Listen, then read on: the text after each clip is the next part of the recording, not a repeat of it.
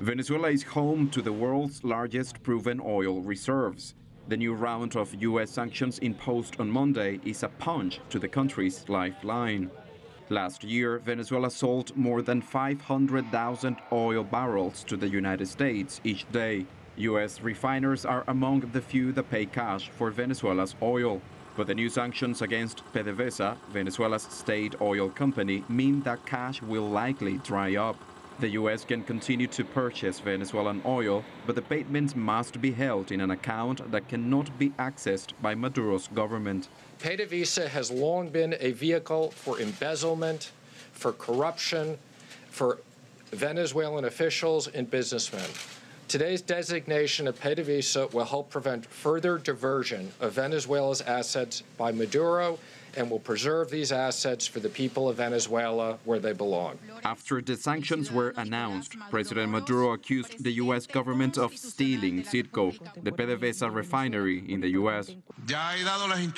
I have instructed the president of PDVSA and Citgo's owner to start legal and political actions in U.S. courts and around the world to defend our property and Citgo's wealth.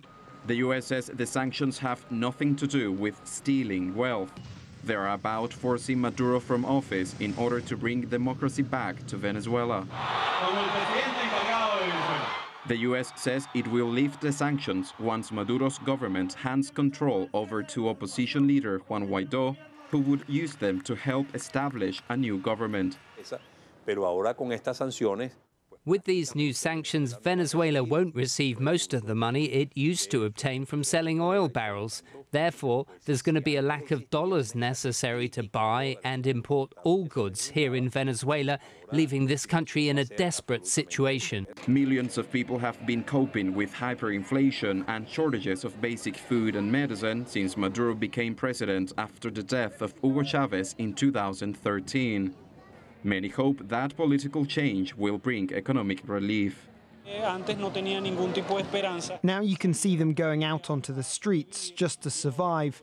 And now you can notice that they are hopeful. People here before didn't have any hope.